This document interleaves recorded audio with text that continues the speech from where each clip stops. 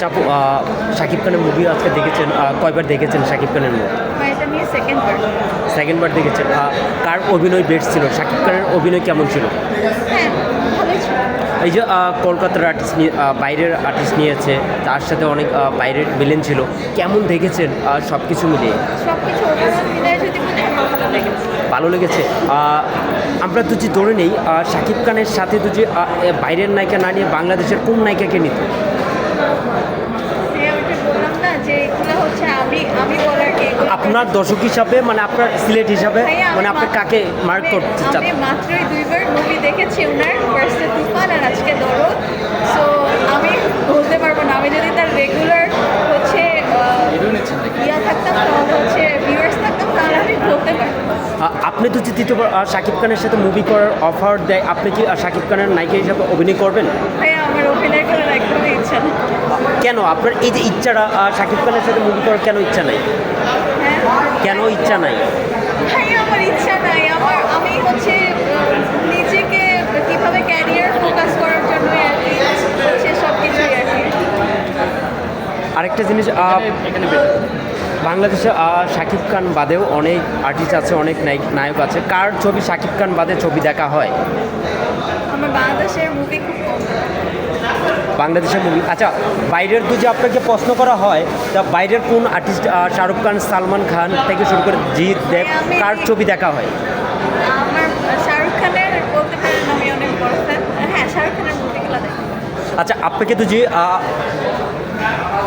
যে অফার করা হয় যে আপনাকে বাংলাদেশ থেকে সব নায়িকা ওভারে না নিয়ে আপনাকে সিলেক্ট করা হয় শাহরুখ খানের নায়িকা হওয়ার জন্য, আপনি কি অফারটা কি নেবেন, মুভি করবেন? যদি অফার দেয় আপনাকে, এগুলো হচ্ছে মানে হাতের বাইরে, ধোয়া ছোঁয়ার বাইরে।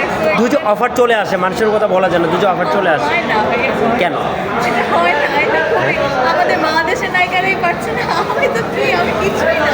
দুটো চোখে কিন্তু আর্টিস্টের বাইরে কলকাতা অথবা বলিউড থেকে শুরু করে দুটো অফার দুটো পেয়ে যান, এর ক্ষেত্রে আমি বলতে এটা মিরাকেলস।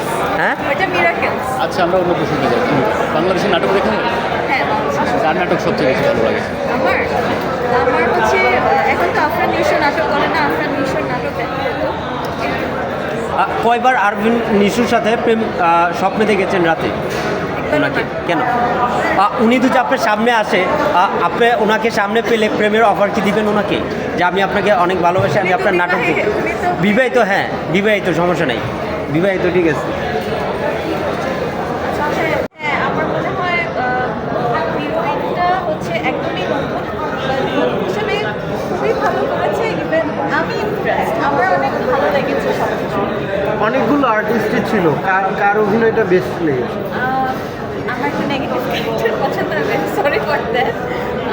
আমার হচ্ছে মেবি নাম হচ্ছে টিনা ওর ট্রিনা, নেগেটিভ ক্যারেক্টার ছিল উনি, ওনার ক্যারেক্টার ভালো লেগেছে।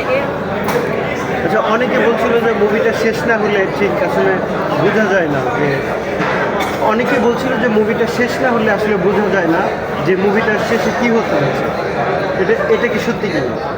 হ্যাঁ, প্রথম কারণ আমরা বাংলা মুভি আর সবাই একটু কমই দেখি, তো হচ্ছে যেহেতু হচ্ছে আমারই বুঝতে প্রথম কয়েক মিনিট হচ্ছে বুঝতে একটু দেরি হয়েছে। এরপর বললাম না যে ক্লাইম্যাক্স যখন স্টার্ট হয়েছে তখন আমি মুভিটা বুঝতে কখন গল্পটা বুঝলেন? মাঝখান থেকে। মাঝখান থেকে। 10-এ কত দিবেন?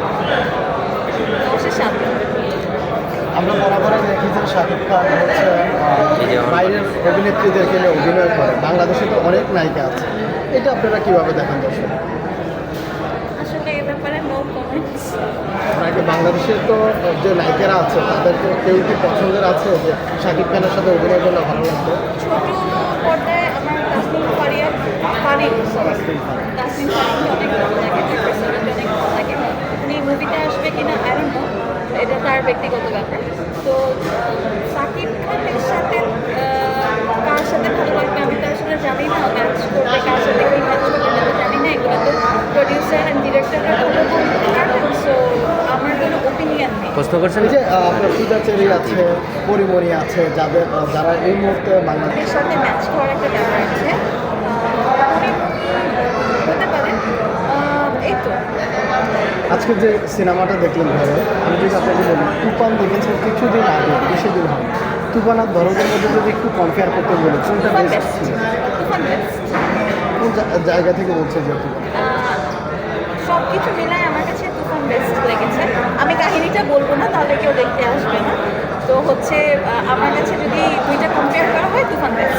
সবশেষে একটু জানতে চাইবো যে অনন্য মামুন যে সিনেমাটা তৈরি করেছেন, আপনারা দর্শক হিসেবে অনন্য মামুনকে কী পরামর্শ দেবেন, কোন জিনিসটা ওনাকে আরও ভালো করা উচিত ছিল বলে মনে হয়? ফার্স্টে কনফিউজিং না করে ফার্স্টে যদি হচ্ছে ব্যাপারগুলো বুঝাই দিত তাহলে ক্লাইম্যাক্স থাকবেই না, এটাই স্বাভাবিক। কিন্তু হচ্ছে প্রথম 10 মিনিট বা আধা ঘন্টা যতটুকু বুঝতে খুবই